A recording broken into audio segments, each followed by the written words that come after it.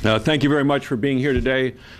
I'm John Barrasso, a Republican senator from Wyoming, and wanted to talk to you today about the promises that the President has made about the health care bill and, as we now know, are broken promises. And what a difference a year makes, because 1 year ago today, the President went to the American Medical Association meeting in Chicago, and he spoke to the doctors there, but was speaking to doctors as well as their patients about what he wanted to do with health care. And I'm going to read the quote as he delivered it 1 year ago today. He said, "So let me begin by saying this.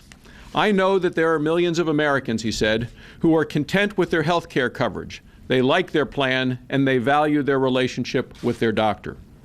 The President went on. He said, "And that means that no matter how we reform health care, we will keep this promise." The President said, "If you like your doctor, you will be able to keep your doctor. Period." He then said, "If you like your health care plan, you will be able to help to keep your health care plan, period." He said, "No one will take it away, no matter what." Well, here we are. It's a year later. Last September, the President said nothing in this plan, his health care bill, will require you or your employer to change the coverage or the doctor you have. And then at the town hall meeting with the seniors just last week, he said, if you like your doctor, you can keep your doctor. Well, on Friday, the Associated Press reported that in just 3 years, a majority of workers in this country, 51%, will be in plans subject to new Washington requirements. 51% of Americans will not be able to keep what they have, keep what they like, keep what they want. Investors Business Daily headline, "Keep your health plan under overhaul? Probably not," government analysis concludes. And you say, well, that's the Associated Press. What do the real words say? So I brought to you what was released on Monday. The regulations, the new regulations included, called the Interim Final Rules for Group Health Plans and Health Insurance Coverage under the bill. This came out through the Internal Revenue Service. Interesting, it's the Internal Revenue Service who's writing these, along with the Department of Labor and the Department of Health and Human Services. And if you turn to page 54, there is a table talking about how many people will lose the coverage that they have now that they like and that they want. And for all employer plans through 2013, 51%, a majority of Americans receiving health care through their employer, will not be able to keep the plan they want, to keep the plan they like. Complete violation of the promise the President made to the American people. Now, they asked the Secretary of Health and Human Services, Kathleen Sebelius, about that, and she said, well, the President wanted to make sure, this is a quote, wanted to make sure as much as possible, and this is from today's Washington Post, wanted to make sure as much as possible that if people had plans that they liked, they got to keep them and then balance that with, some overall protection for consumers. So the Secretary has decided to balance what the President promised the American people with something very different, something that is going to make Americans lose the coverage they like. And the Secretary came down on the side that says 51% of Americans will lose the coverage that they like and that they want. This is going to drive up the cost of care, and we've seen that today in the Hill. Report projects a rise in 9% in employers' health costs in 2011. This is at the same time that the President said, oh no, we're going to get the cost of care down. For people that have coverage that they like, Politico last week, comprehensive but not for all. Part of the health care overhaul due to kick in this September could end up stripping more than 1 million people of their insurance coverage, violating a key goal of President Obama's reforms. So here we are at a time where we're working to try to improve health care and get down costs. The President's words, as here on this board, are not what the American people are finding out to be the truth. They are not what the American people want. And then to add on top of that, the Secretary has sent out a mailer to almost 50 million Americans on Medicare that, in my opinion, is extremely misleading, paid for by the American taxpayers with estimates between $16 and $20 million cost to taxpayers. My mom got one in the mail in a nice envelope, postage paid by us, the government, and the taxpayers of this country. And because of the things that are in this mailer, a number of Republicans signed and sent a letter to Kathleen Sebelius on May 27th that said, we need some answers about this mailer. The deadline for the response was last Friday. We have not yet heard from the Secretary on that. And with that, I'd like to turn this over to a leading light on the whole debate on health care over the years, Senator Hatch. Well, thank you, Senator Barrasso. It's a privilege for me to be with these two physicians in the Senate who really understand this better than anybody else right from the start, because they've actually practiced medicine, both of them. Both are excellent physicians. Both of them are specialists. And we're lucky to have them in the Senate, and we ought to listen to them. You know, with each passing day, another one of the President's promises on the new health law bites the dust. He said that after their $2.5 trillion health care law, that wouldn't add one dime to the deficit, even though CBO said that it would. He said that it would control costs, but the administration's own actuary said that it would do just exactly the opposite.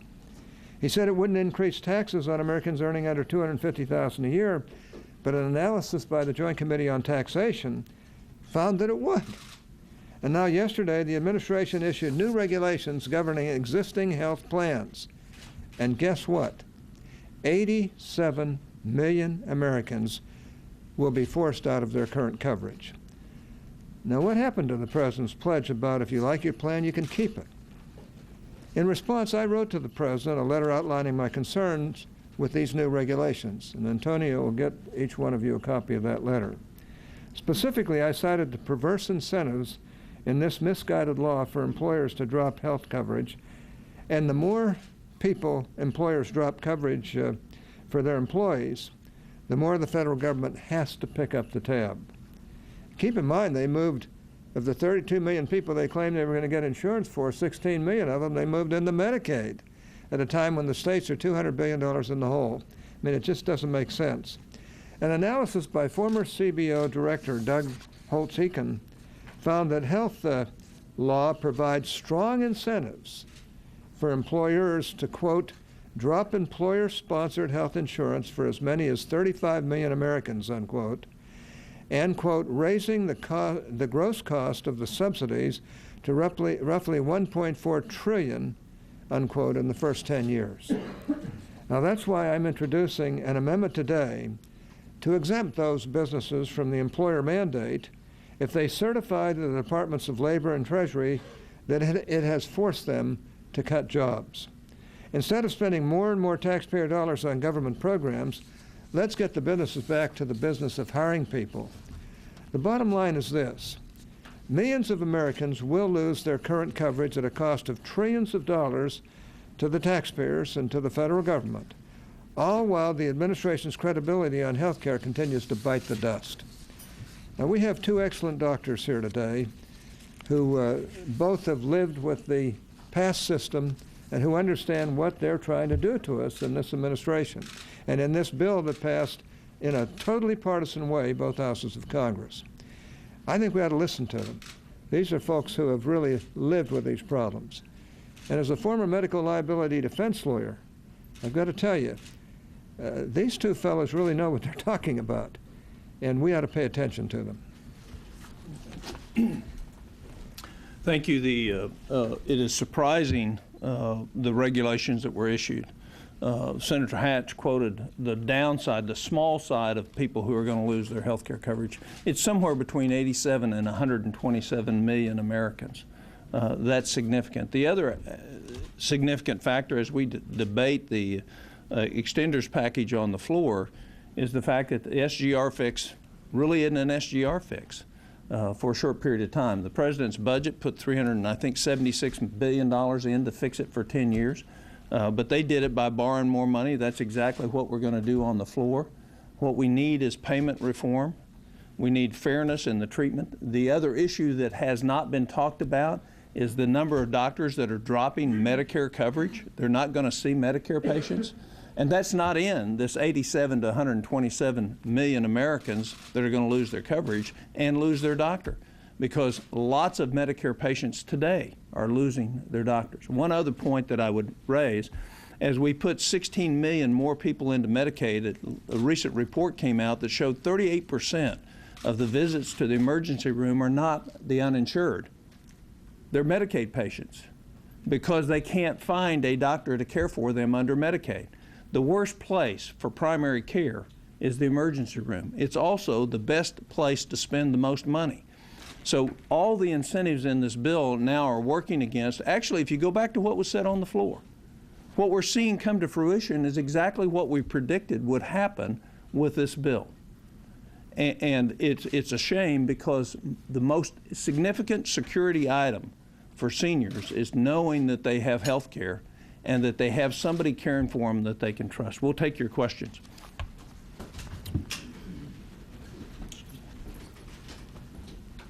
All right, we have none. Thank you. Can I ask you an extender's question? Sure. Do you have any sense that you're actually going to get a vote on your amendment? You mean my amendment? Well, you mean the amendments that I've offered? Yes. I don't know. I've had trouble getting them up. So they keep objecting to having additional amendments till the amendments are voted. Of course, the leader filed cloture yesterday, but I have every intent to try to do that. You know, the California earmark is just that. 15 states have the same problem that California has as far as cost allocations within their states. And so we have California that gets a sweetheart deal for their areas, but Florida's suffering, Illinois is suffering, Georgia's suffering, Louisiana, Maine, Maryland, Massachusetts, Michigan, Missouri. 15 states have the same problem, and we're going to fix it for one state and not the rest of them? I mean, it's the same kind of smelly process that the American people are rejecting. We ought to reject it, and we ought to fix the real problem. We have a payment. We need to reform the payment of Medicare so that we don't have all these cost differentials that make no sense, and we ought to make sure we eliminate the SGR forever and change the payment system. So my hope is that we'll get our amendments up and that we'll get a vote on them. Many of them are germane.